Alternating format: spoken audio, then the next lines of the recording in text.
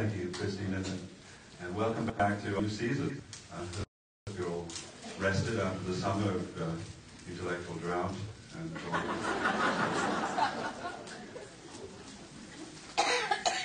our guest today had a considerable public presence before Don Imus made his seemingly innocent but fateful remarks about nappy-headed hoes while commenting on the Women's Collegiate Championship game last April.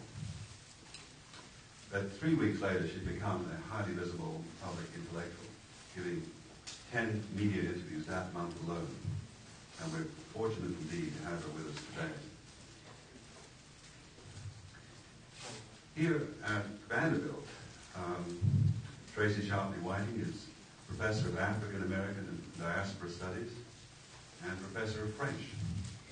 She directs the program in African American and Diaspora Studies and the W.T. Bandy Center for Baudelaire and Modern French Studies.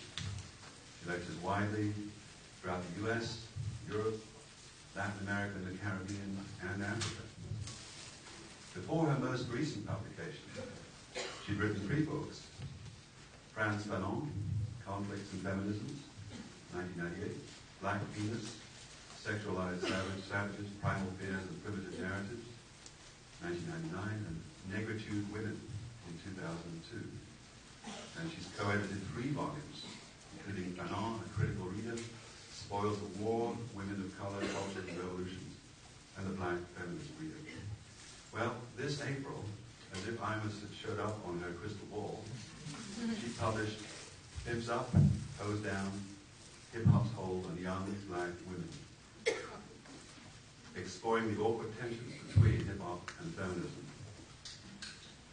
Professor Sharpley Whiting is regularly called on for expert commentary on race, racism, drug laws, racial profiling, hip-hop culture and gender, sex tourism, globalization, and consumer culture, black women's sexual politics, and American popular culture.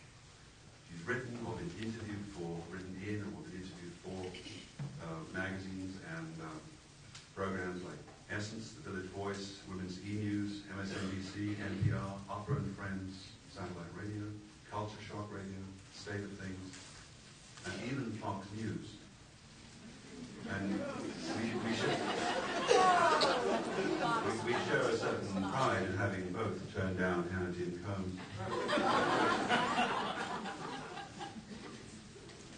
Now, identity, integrating that as the myriad dimensions of life, is an existential issue for most of us.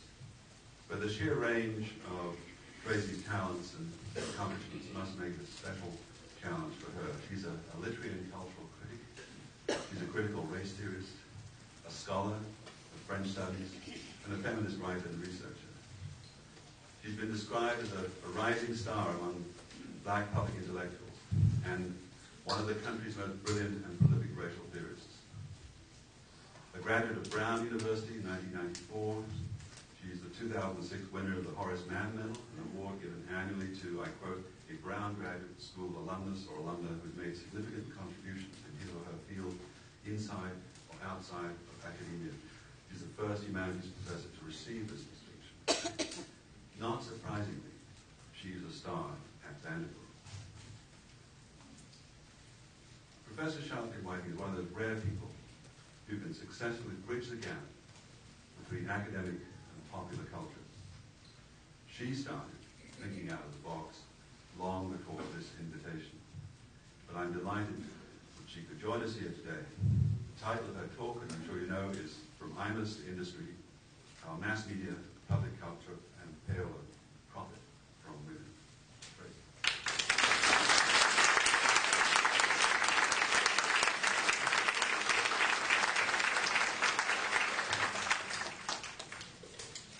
Thank you. I'm going to hire David as my publicist. That accent really, notches it up a bit, in terms of my cachet, I think. I would like to thank the Nashville Public Library for the invitation as well.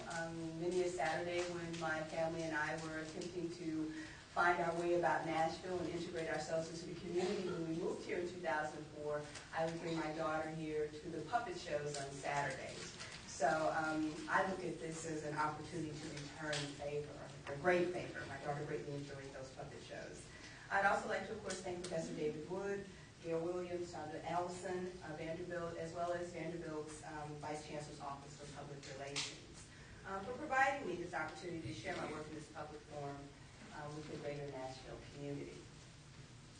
I would like to preface my formal remarks with a few important points, clarifications, and further analysis.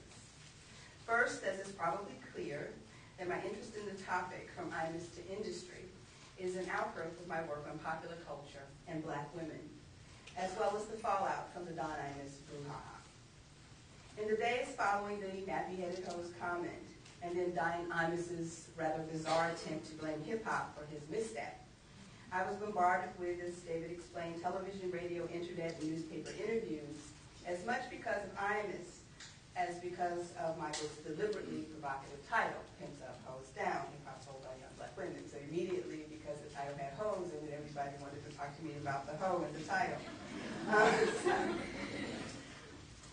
Between fielding questions about hip-hop culture's degradation of women, cries of a double standard, in effect, rappers say it, why can't we? That even morphed into lamentations about why white people can't say the N-word, of which I immediately understood as they are deeply invested in it since they invented it. And my vociferous objections and interventions regarding said degradation of women as an American cultural phenomenon. The decision to hold a congressional hearing by the Interstate Commerce Committee on interstate trafficking of degrading images of women was floated about. Originally scheduled for July 2007, the hearings have been rescheduled for September 25th.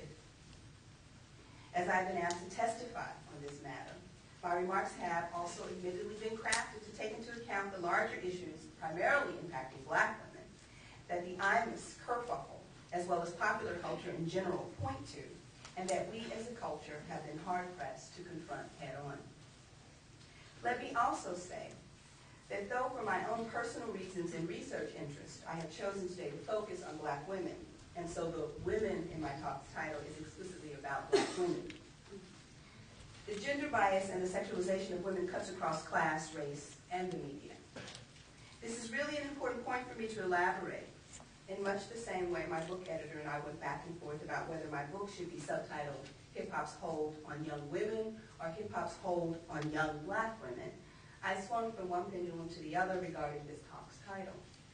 My editor thought the book would open itself up to denunciations of false advertisement if it proclaimed women and only dealt with Black women.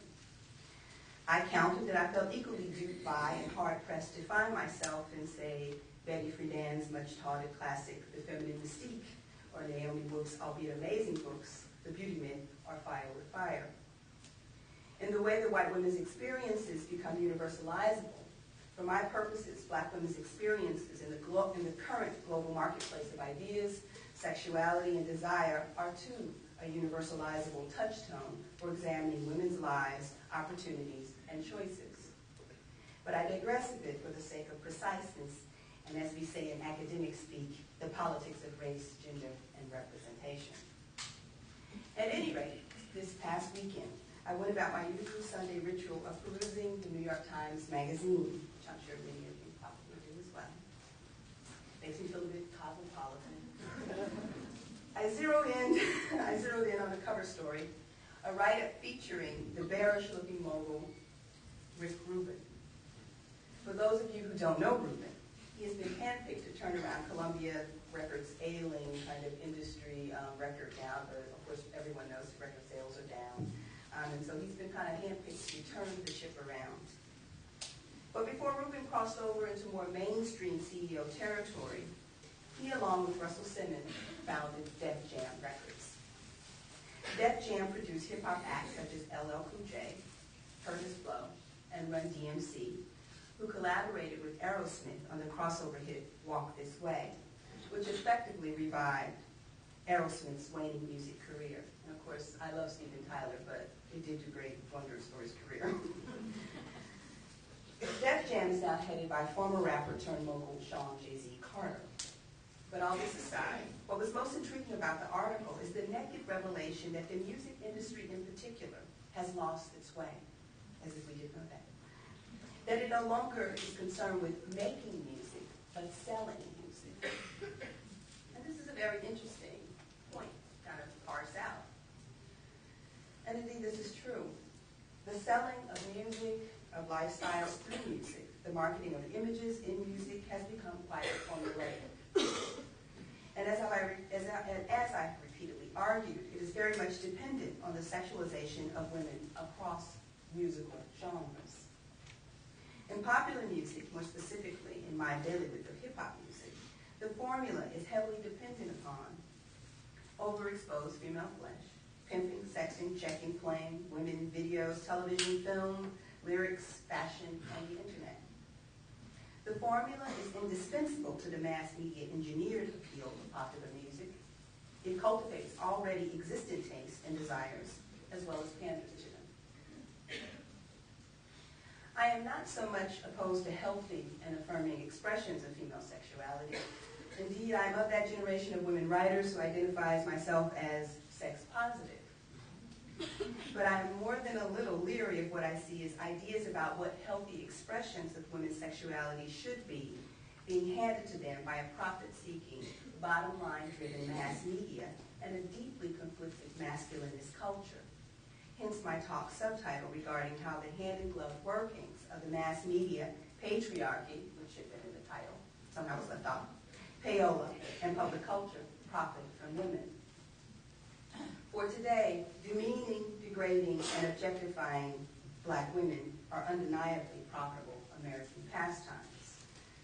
From the cross-dressing male manning, a la Eddie Murphy's recent turn in the $50 million generating Hollywood vehicle Norbit, to Don Imus's nappy-headed hose, to Rush Limbaugh's referring to the accuser in the Duke lacrosse rape case as a hoe, to the we don't love them hoes ethos of much of commercial hip-hop. A cultural disrespect with black women on the receiving end, packaged as entertainment, permeates American popular culture. There are iPod commercials that allude to strip club culture featuring an abundantly rumped black woman holding onto a pole on a public bus. And then there's the Quentin Tarantino ode to alpha females in the second film of the double feature Grindhouse, where the lone black female character is the only one to utter ad nauseum an expletive describes the female dog. Indeed, such antics have risen to the level of art, whereby entertainers believe they should receive a free pass because they are merely performing their craft, whether it be crude, curmudgeonly radio shock jocks or grill-wearing, pimped-out rap artists. Although most Americans associate this culture of disrespect with hip-hop culture, ironically, such characterizations find their roots in our nation's beginnings. In 1781, a mere 5 years after penning that hallowed document of a new nation, the Declaration of Independence, that prized freedom while sanctioning perpetual bondage, our founding father, Thomas Jefferson, set his sights on writing on his beloved state of Virginia. In between pages on flora and fauna and notes on the state of Virginia, Jefferson delivered a prophecy about race-based slavery in the United States. Of slavery, he would write that, and I quote, "It was a great political and moral evil, and that he trembled for my country when I reflect that God is just, that his justice cannot sleep forever. Deep-rooted prejudices entertained by whites, 10,000 recollections by blacks of the injuries they have sustained will divide us into parties, ending in the extermination of one or the other of the races." Unquote. Of blacks in general, he concluded that whether originally a distinct race are made distinct by time and circumstances, they are inferior to the whites in the endowments of both mind and body. End quote. And of black women, he suggested that they were more ardent and preferred uniformly by the male orangutan over females of his own species. There were no orangutans to be found in Virginia to substantiate such an observation, but this fact was of little consequence to Thomas Jefferson. A deeply complicated and conflicted man, Jefferson, as is widely acknowledged, had a prolonged intimate relationship with the young slave girl, Sally Hemings. With notes on the state of Virginia, our nation's third president sealed an odious racial sexual contract within our national fabric regarding black women. Jefferson's paradox has had an enduring legacy in the United States. Against this unequivocal founding doctrine, black women have been continuously struggling, both in the courts of law and public opinion, and in our very own communities, and as of late, on America's airwaves. From slave narratives like Harriet Jacobs' Incidents in the Life of a Slave Girl, to post-emancipation writings such as Anna Julia Cooper's A Voice from the South, black women have been steadfast in decrying attacks on their character and morality. When after the president of the Missouri Press Association wrote an open letter addressed to an Englishman attempting to cast aspersions on the credibility of anti-lynching crusader Ida B. Wells, he made plain that black women, and I quote, had no sense of virtue and character, unquote. In response, the Black Women's Club movement organized in July 1895 to defend their name. Despite our strides in every area of American life, nearly 2 million college-educated black women out-earning our white and Latina counterparts, 1 in 4 of us occupying managerial or professional positions, the profits to be had at our expense are far greater than the cost of caricaturing our personhood.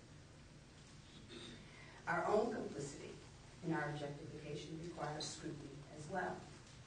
It may very well sadly be that while in the past we vociferously rejected being called the B word, that we now gleefully and publicly greet, dismiss, and diss one another with the expletive. Consumer culture seduces us into selling ourselves short in the marketplace of ideas and desires.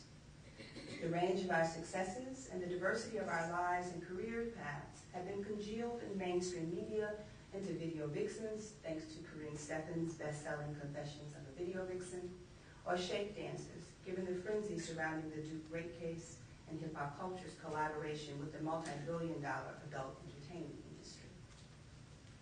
That sexism and misogyny appear to be working overtime in America to box us into these very narrow depictions of black womanhood are part and parcel of the Jeffersonian contract. Hip-hop culture is certainly waist deep in the muck of this gender chauvinism. Male feelings of displacement in a perceived topsy-turvy female-dominated world, increased competition from women and girls in every facet of American life contribute to black male on black female gender drive-bys. And black women's seeming resiliency, despite America's continuing race and gender biases, our strengths are flung back at us and condensed into cliches such as emasculating superwomen, or better still, that E-word. Though America drinks to the bursting from that Jeffersonian well, it is imperative that women become more politically and socially conscious about the choices we make and the opportunities we take.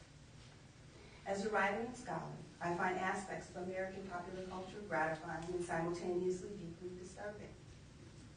For it has become abundantly clear that it's not so much that we women don't count. We do, in obviously various insidious ways. But we also, in truth, don't add up to much. Certainly not more than the profits in the billions to be had at our expense. Thank you.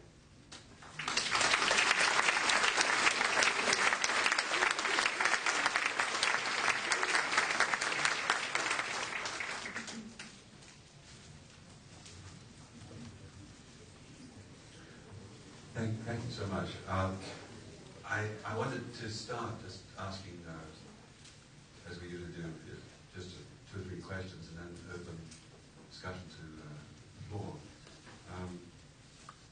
When you started, you were talking about the ambivalence or the uncertainty about whether you talk about young black women in your title or young women. And in your talk, you were, right at the end, you said at least twice, like, we women, rather than we black women. And I guess one sort of question I would have is when you talk about the way in which the mass media are clearly exploiting images of black women for their own profit on a huge scale, what would you say is distinctive about the exploitation of black women as opposed to women? Because because they're exploiting women of all shapes and sizes in making fortunes, aren't they? Well, yeah, and I guess my point is that I think women in general need to see beyond those particular kinds of differences and understand that this is not, while I may be specifically talking about an issue impacting black women, that it does impact women, that you simply cannot escape it on the basis of a privileged status of whiteness. It still impacts women. I think what is distinct, of course, as I attempted to outline, is that at the very beginning of our nation, black women were singled out in a certain way regarding their sexuality. And I think, and women in general have, of course, dealt with this issue wholesale. But I think in the context of the U.S. culture, we have to be very clear that there is an automatic assumption about black women's sexuality and respectability that white women have not had to necessarily confront in the same ways. And so there are differences, but there are clearly similarities. And so I attempted to highlight those by providing the historical backdrop. Because certainly Jefferson didn't write that white women were more ardent in love and that they were preferred by the orangutan, because that would say something a great deal about him, although Sally Hemings said a great deal about him. But that's something that continues to be debated, despite the truthfulness of science. So I think that at the very beginning we have those differences being highlighted. And you mentioned, you said that Imus made reference to hip-hop as a way of trying to defend himself. Yes, he did. He said that hip-hop, rappers said, he got it from hip-hop, that's what he said. Okay, would you say something a bit about hip-hop? What I'm thinking about is this, that one obvious thought is that obviously hip-hop is many, many things. It's not just like one thing. But if you include, can you include in that gangster rap? Well, because if I can't, then I can't ask my question. Go ahead and ask your All right. But if you allow that it includes an awful lot of misogyny and an awful lot of violence, and then you might plausibly think that hip hop is not exactly on the other side of the entertainment industry, but it's part of mass desire for corporate profit. And I guess then I would just wonder whether I can see the question as well. Should Don Imus think he's got a license to simply carry on where other people have left off?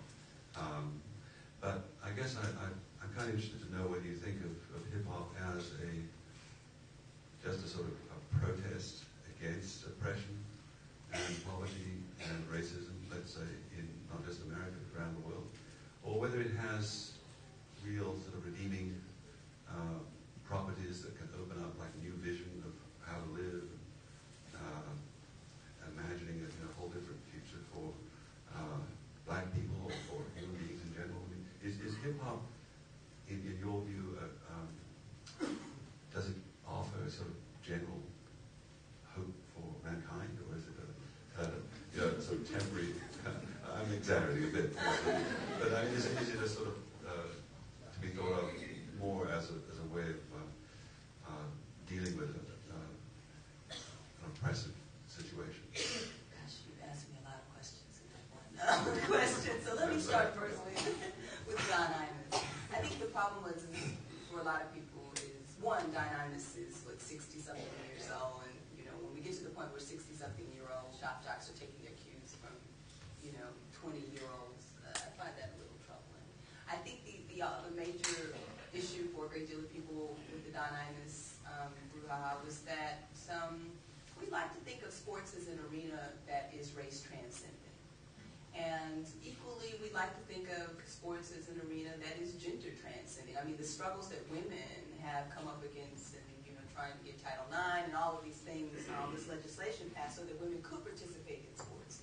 And the obstacles and the stereotypes around women athletes, whether they are, closeted lesbians, not real women, etc., and all these other kinds of stereotypes and not beautiful, and all of these other things that Don Imus evoked a great deal of things in that one statement. Because it was more than just the nappy-headed hose comment. They went on to talk about the other team being much prettier. And so for women, it's kind of like, well, look, there's this issue of beauty that he's brought into play. There's also the issue of race that he's brought into play. And I think, and equally he messied the sports arena where at least we all come together regardless of race and gender, and we attempt to transcend those differences. And we can root for the same team, although we may go home in different cars, right? And he brought all of that out with those comments. So that's the one thing about Don Imus. So I'm not particularly sympathetic to Don Imus, as you could probably tell. Before you go on, I think one thing struck me, because I watched him on YouTube, because it's there for everyone to replay over and over. And but he's obviously really happy. I mean, he's in a good mood. He's not ashamed of anything. He's talking to one of his male buddies, and he's just carrying on as normal. I mean, it doesn't seem as if anything special was happening. So this guy, he says, I'm not a racist. He doesn't look as if he's got any evil intent. He's just being normal Don Imus. So how do we explain this? It's just he's completely blind? Well, I mean, yeah, that's his situation. Yeah. It's not necessarily, we don't need to call Don Imus a racist. I think that's a very powerful word, and we don't always need to use it. But we do need to call Don Imus out and explain that what he did was just not particularly cool. And then he completely, it makes it even more troubling. That he thought, that he was, of course, goaded by his, the producer to kind of continue in this wretched kind of rant. So, and just because one's intentions aren't necessarily racist or sexist, for those on the receiving end, they don't seem to, that doesn't register, right? I mean, it's just like, when people may not want to, I can use the example, when people may want to discriminate against you because of convenience. I simply don't want those people in my neighborhood, so I'm going to draft a petition against them. It's not necessarily that, they're all out racist. It's just not convenient having those kind of individuals living next to me because, well, they entertain a lot. And I don't like to stay up late, and therefore we really should have those kind of people in the neighborhood. But the effect is still the same. Those individuals have been discriminated against and they've been left out. They've been excluded. And so that's the problem. Whatever his motives were, whatever his intentions were to ridicule, obviously that's what those intentions were, the impact was very different. Now, the question of hip-hop, I think the problem is we are very passive consumers of hip-hop. And so what we hear on the radio, we think that that's all there is to hip-hop. And hip-hop takes on many, many facets. And so, yes, if you stick with gangster rap, yeah, you're going to run up against a lot of sexism and misogyny. But, I mean, I would argue that you run up against a lot of sexism and misogyny in rock and in other musical genres. I mean, goodness gracious, I love the blues, but, it's pretty raw, and so is country music. I mean, they talk about stabbing and killing people and just doing this to their lovers. And so I think the difference with hip-hop is that it's extremely raw. And it pushes certain buttons because it uses language that we normally don't use in everyday discourse, that we say is not, a good way to speak in everyday sorts of discourse. And this, of course, is the kind of hubris of youth, the desire to shock. And so, yes, there is hip-hop that does have the potential that certainly articulates the experiences of youths coming up in a certain kind of culture. I mean, I don't think we recognize the socioeconomic differences that today's younger generation or hip-hop generation individuals are facing compared to their fathers and grandfathers and mothers and grandmothers. I mean, today, young folk, if they work a minimum wage job, most of them are probably still living at home. Whereas, back in the day, not too long ago, one could work not necessarily a high-paying job, but one could get a mortgage. I mean, look at the crisis over mortgages now and the incredible, how difficult it is. I mean, the high cost of housing. And so, but one can get a mortgage, one can get a car, one can occasionally take a vacation, but one can't do that on $7 an hour. What's at 5:15 in some places because it hasn't risen. So, I mean, this is a very, very different world we live in, and I think hip-hop does explain that world. Not all of hip-hop, because, and this is why I do make the distinction when I say commercial hip-hop, which is the kind of music that Rick Rubin is responsible for producing out of Columbia Records. There are a lot of independent labels out there that produce hip-hop that is actually quite gratifying, that does not necessarily resort to calling women, excuse my language, bitches and hoes, or, you know, or just, you know, has a litany of expletives. And I think that we need to be much more proactive in seeking out those alternative kinds of hip-hop, because it is out there in the same way that people seek out alternative forms of rock music. And so I think we do have to realize music's overall, its overall purpose, which was an expression, you know, an art form, and people connect with it in different ways. I do think that what the media and what the record companies have glommed onto is there are certain desires that are obviously latent as well as blatant in our culture, and they are selling it. And I think we have to take responsibility for those desires, because, you know, it wouldn't sell if people weren't buying it. And so they've come up with a really wonderful strategy for marketing it to young folk and older folk too.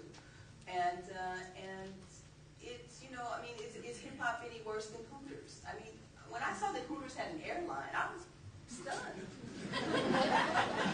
I mean, frankly, I was stunned because I was like, wow, who actually needs to fly on an airline, you know, where women are wearing skimpy little shorts and little tops, you know, and, you know, catering to a certain male fantasy. But, you know, people were flying it. I mean, it was for them, it was a great gimmick. I mean, it's went bankrupt since then, but nonetheless, there were Hooters all over the place. And so, I mean, there's Playboy, you know, there's Hustler. I mean, you know, right downtown in Nashville was off Church Street. I mean, there are all sorts of other representations of sex and sexuality in our culture that we don't necessarily go after in the same way that we want to target hip-hop as the primary cause of what is wrong with our culture. Okay, let me ask you this then. I printed out something trying to learn a bit about hip-hop before this, you know, because I know nothing about it. And what I read was this remark: sociolinguists are intensely interested in the language of hip-hop nation. And I'm thinking of sociolinguists and professors of French. But this is a serious question. I mean, you can be interested in it academically and, you know, sociologically as looking down on it. I guess what happens, you know, when you're students? I mean, if your students wanted to write like this in their essays? Would there be some sort of normative jumping on them in which you'd have to explain this wasn't appropriate, or would you treat it as I read here, a highly fluid and creative, artistic, musical, literary, and linguistic form, and say, you know, this is developing our language. This is something we ought to encourage. I mean, do you have to deal with this as an academic or an educator?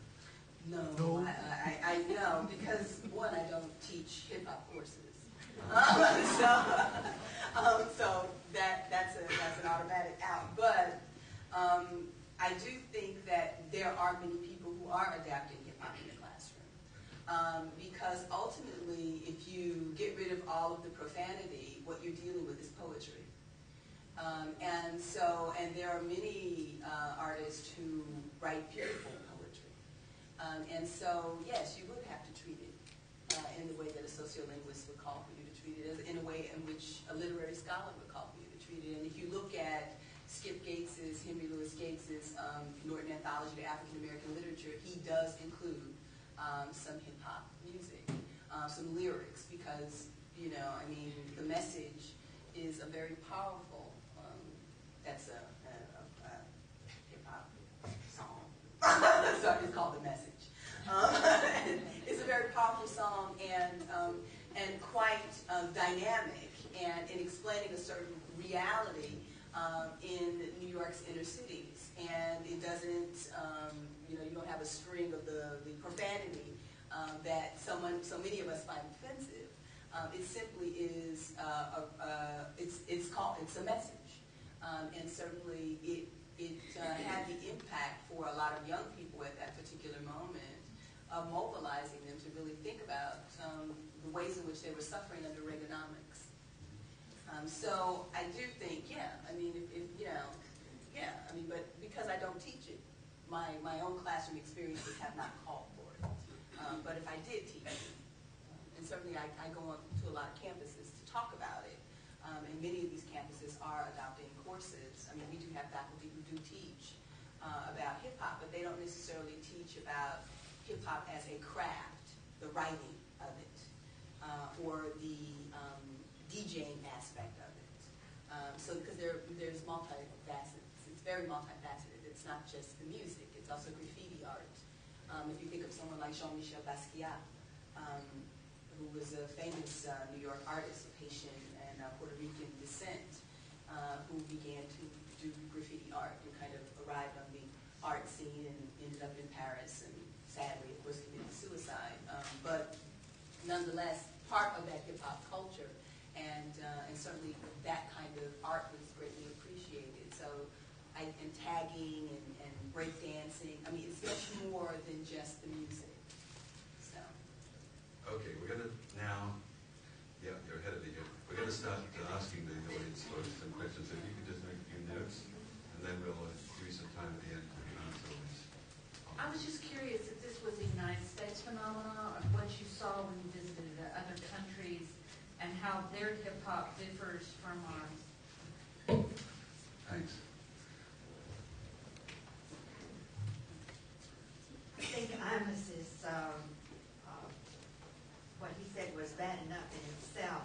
Do you feel that the media, by repeating this time after time, became as egregious as, not as egregious, but compliant and participating in this offense to people?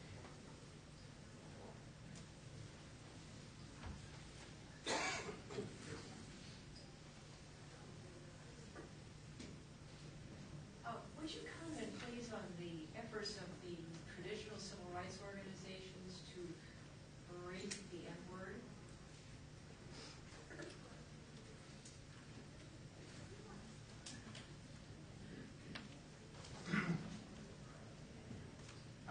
From your talk, I'm sure in your books you come up with some sort of solutions, or perhaps, and I'd like you to comment on what to do about these issues.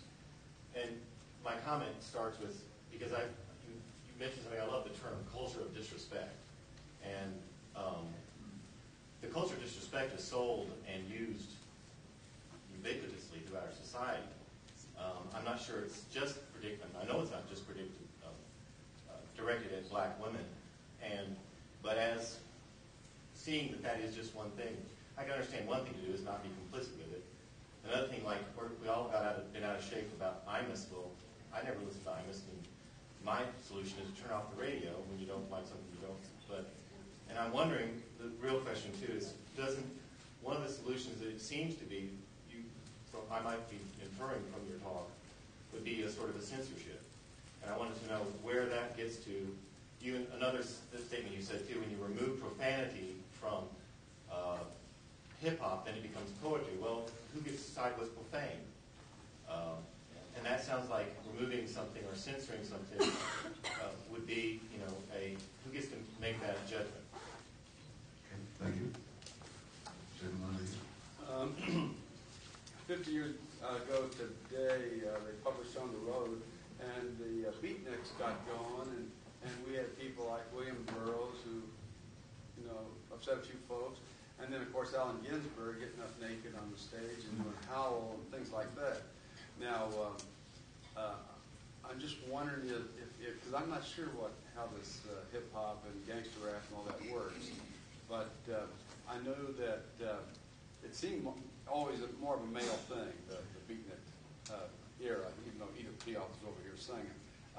Do black women dig the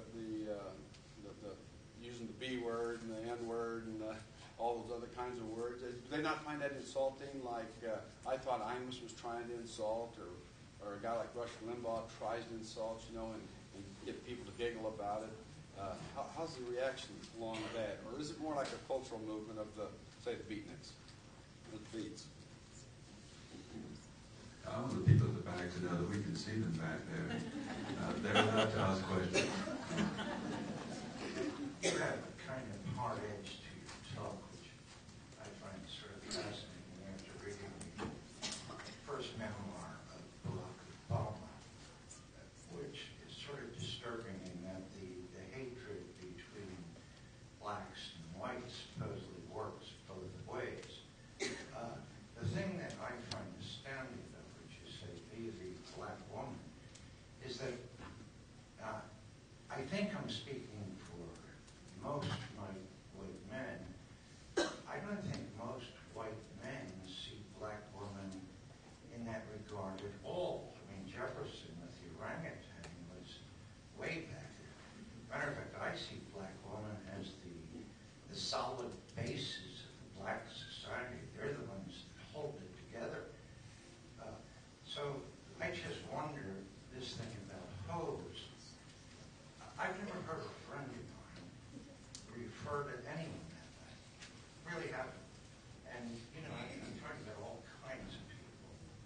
So I just wonder. Yes, ladies.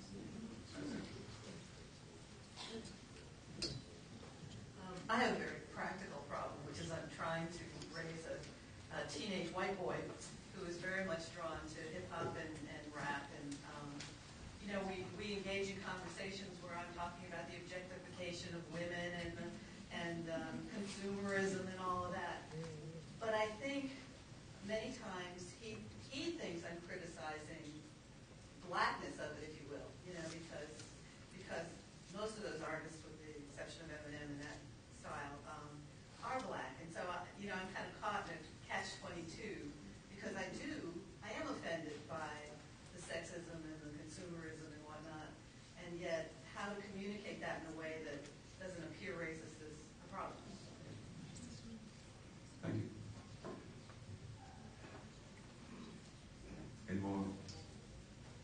Any more questions for yes? I'd like to know your insight into, I guess, the complacency, and you touched on it earlier, of black women, because, you know, as I sit here and I kind of listen to what's going on, I haven't heard anything new.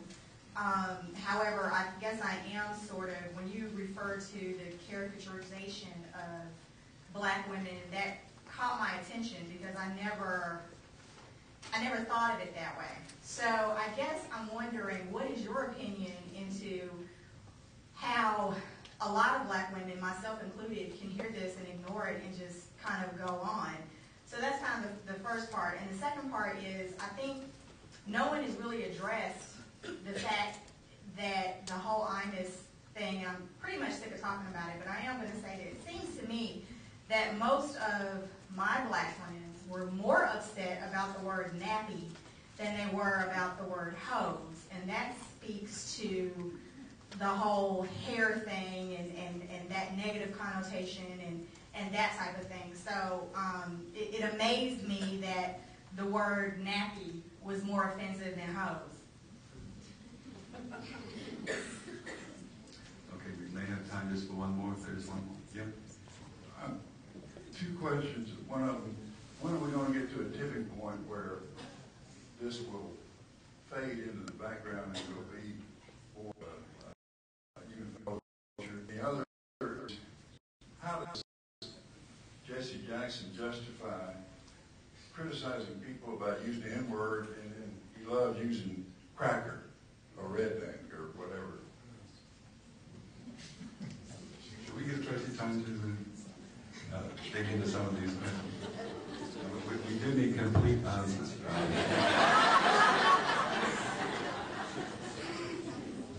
I would, the first question about is this just a U.S. phenomenon, the differences?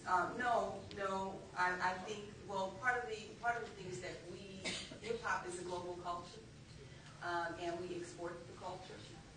And so it is adapted by other cultures into their culture and appropriated in different ways. And so sexism and misogyny, of course, is not a U.S. phenomenon.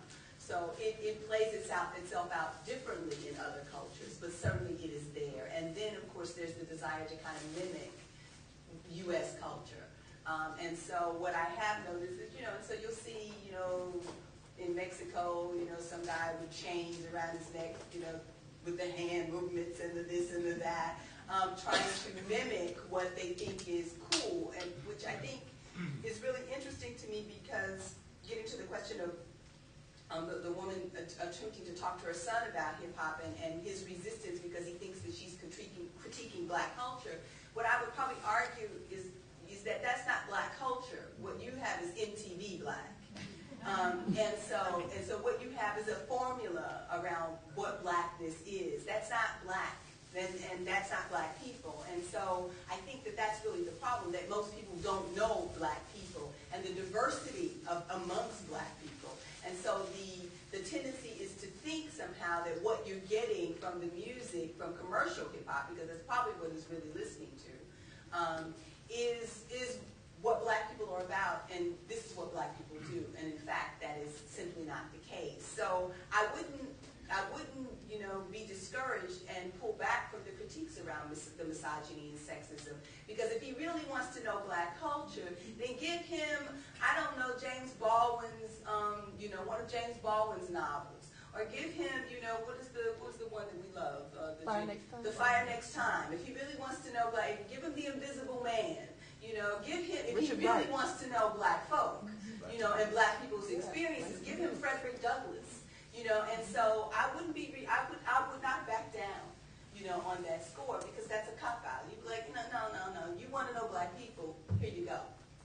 Or interact with some black folk, because I find a lot of times people don't even know black folk.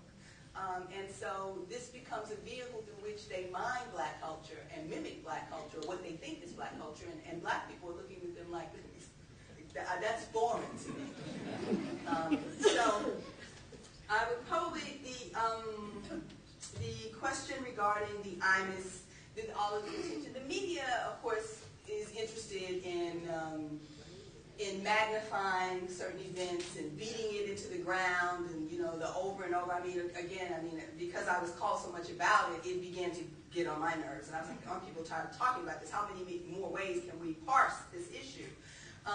But I do think, on the other hand, it was important to kind of it did put some more different kinds of, it was fascinating to me that it took Don Imus saying nappy-headed hoes for us to revisit an issue that C. Dolores Tucker had taken up back in the 1990s around sexism and misogyny in American culture and in what was being marketed as hip-hop culture. The difference being is that she didn't go after the artist, she went after the record labels. And that's the problem. We keep singling out the artists, and we don't deal with the fact that, again, these songs, this commercial hip-hop that you're listening to, this is an industry, this is a formula, this is a science. And you have to, you can know Jay-Z's name, but you won't know who is the president and CEO of Viacom. And so that's really troubling for me. And so if you're going to take it on, you have to start from there. What to do about it? I'm not in favor of censorship at all. And so when I said, if you get rid of some of the profanity, some people can't stand to read, profanity. And I think we can all agree if somebody said, nappy-headed hoes, get on your knees and do da-da-da-da. I don't think many of us would find that especially inspiring. So, with that said, it's done in many records. And so I am not at all for censoring artists. I think that they have a right to express themselves, and if people are buying it, so obviously they want to hear it. I don't want to go down that slippery slope. But what I do want to ask, if you want to talk about what can we do, how many of us know the number to the FCC? Or the email address to the FCC? Well, my issue is, when people didn't like Howard Stern in New York, those little old ladies sat by their radios and they listened, and they were on him. Every time he said something, he said this! They were emailing, and that's why he had to move to Clear Channel, right? That's why he had to move to satellite radio. They were organized. We think that we can't do anything. All someone has to do is stay on there are laws on the books already to regulate what we listen to on the radio.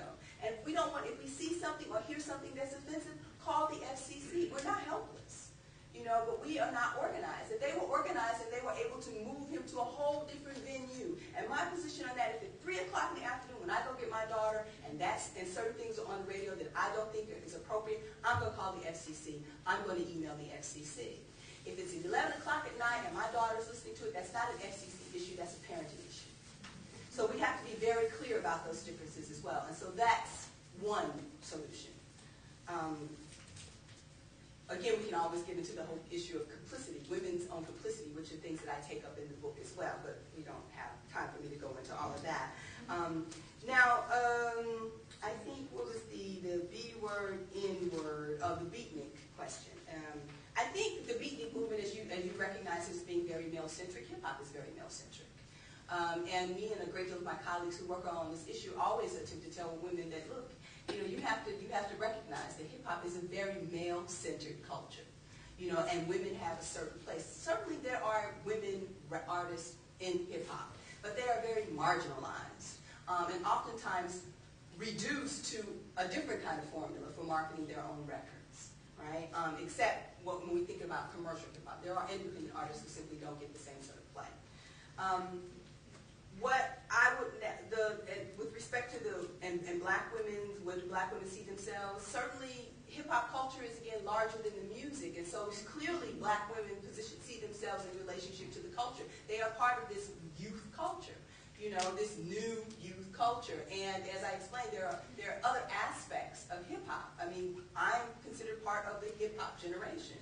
And I certainly take pride in various aspects, the creativity of that generation, despite some of the troubling gender politics that I find with it. So yes, I find that I have a place in it, and a lot of black women find that they have a place in it. In the same way that women may have found a place in beatnik culture or other aspects. Now, of course, if we're just talking purely about commercial hip-hop, I think women are constantly coming up against this and challenging it. And there will be some women who are complicit, clearly. This is why we have certain videos with, women shaking and doing all sorts of things. And but I think that is a phenomenon that you will experience across musical genres, across cultures, for a number of reasons. I mean, hip-hop is like a number of other, no one could have imagined when hip-hop came about in the 70s that it would be such a global force. And that, for me, is a source of pride as a member of the generation, which is not just a black thing, right? Hip-hop is a race-transcending cultural phenomenon. And so I think we have to take that, into account.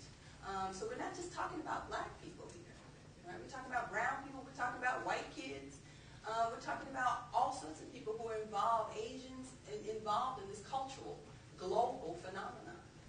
It is America's youth culture. It is what we export.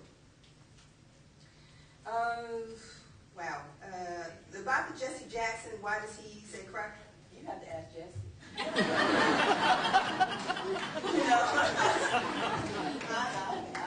That's Jesse's thing. When will we become a unified culture? I gather what you mean is when will the tensions, or you mean racial tensions and sexual? Well, I think that I'm not necessarily one for, I think what makes us such a dynamic culture are those tensions, are those conflicts. We have to work those things out. We are not the same.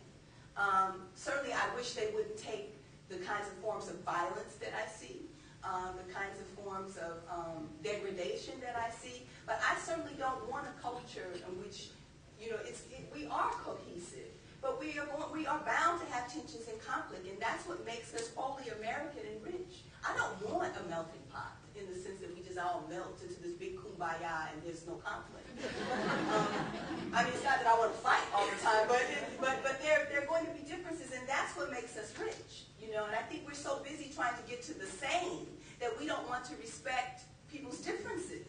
And that we're going to have conflict. We're very risk averse and very conflict averse, and that's not necessarily a good thing. So I would probably argue that we've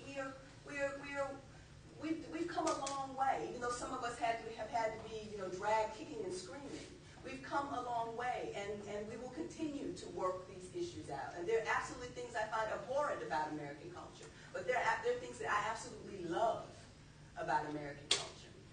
I wouldn't give those things up for anything in the world. And part of it is that respect for difference. Well, not always have respect for it, but is the conflicts around difference. Is the fact that we can all come together. I mean, we were sitting here thinking like, whoa, this is a very different kind of makeup of an audience that we thought would come out for this talk. But what that demonstrates is that, there is something there that unites us, a concern that clearly unites us, despite our differences. Despite some of the questions that I may find like, that's a little weird question, but nonetheless, I'm willing to engage in some particular question because, it is coming from a different perspective and I can learn something from it. The question about the white guys and, you don't see the black women as hoes.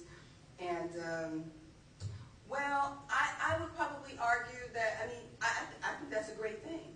But that you don't see the women as hoes and that people don't see. That's a wonderful thing. But I'm also a bit concerned with the fact that if you really believe that men are not seeing women in these very kind of objectified ways, then how we can explain certain sorts of phenomena of inequality. We still have a situation where women are making, 70 cents to the dollar. And so while men may not refer, you may not, and I like to say all the time, in the academy, which were very polite, no one would ever call me a hoe. But that doesn't necessarily mean that I haven't been put in my place like I was a hoe, or attempted to be put in my place like I was a hoe. And so the language may be different, but certainly there are things that are operating in our culture that allow inequalities to still exist. And so I'm afraid that the most vulgar or the most raw demonstrations of male boorishness, we focus on those rather than those subtle, chivalrous, equally demeaning examples of male chauvinism that we don't call those on the carpet as well. And so it's wonderful to know that there's certain generations that have moved beyond thinking about women in certain ways. And certainly Jefferson, no, I don't think anyone thinks that, black women, that orangutans prefer black women. That was Jefferson's era. But we see, and the whole point of the talk was to talk about the variations. That, of course, you're not going to see orangutans today. That's not the language of today. So we have to look at things on this kind of historical continuum. And that's kind of what I was pushing for. So, yeah, hoes is part of that historical continuum, but there are other names that women that, can be used in place of hoe to refer to black women's status in the minds of a great deal of not just white male Americans, but other male Americans. And women's, the idea about women in general in the minds of men. And so I think a big problem is that what we haven't gotten to is talking about the ways in which we need to deal with male ways of being and male behavior. And the way in which I allude to in the paper, that young men, feel very displaced in today's world. They, again, as I said, are competing against women in ways that they've never had to compete before. And so we have to, and that has repercussions. It comes out in different ways.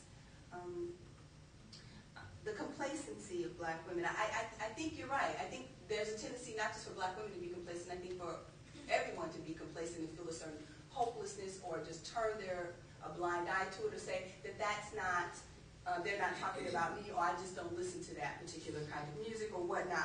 But I want to argue against this kind of writing off of black women's complacency because I'm involved with a lot of women who are working out of D.C. who are absolutely not complacent. There's the Respect Me Coalition. There's the Black Women Participating, the Black Civic Participation, political participation, it's a long title. But there are a lot of women who are very much involved in this issue and who are very much responsible in bringing about the suggestion for congressional hearings. So I'm a little leery of just kind of writing black women off as being complacent just because they're not necessarily responding every time when they hear a certain song on the radio or they're constantly bombarded by certain images or words. I think we risk erasing Black women's legacy of activism and their continued activism around these issues. And so part of the problem is we do need to inform ourselves about the ways in which we are absolutely not complacent, on this issue and get involved in those things. The nappy head versus the hoe thing. I think you did at a whole bunch of issues. And one of them is around beauty and color.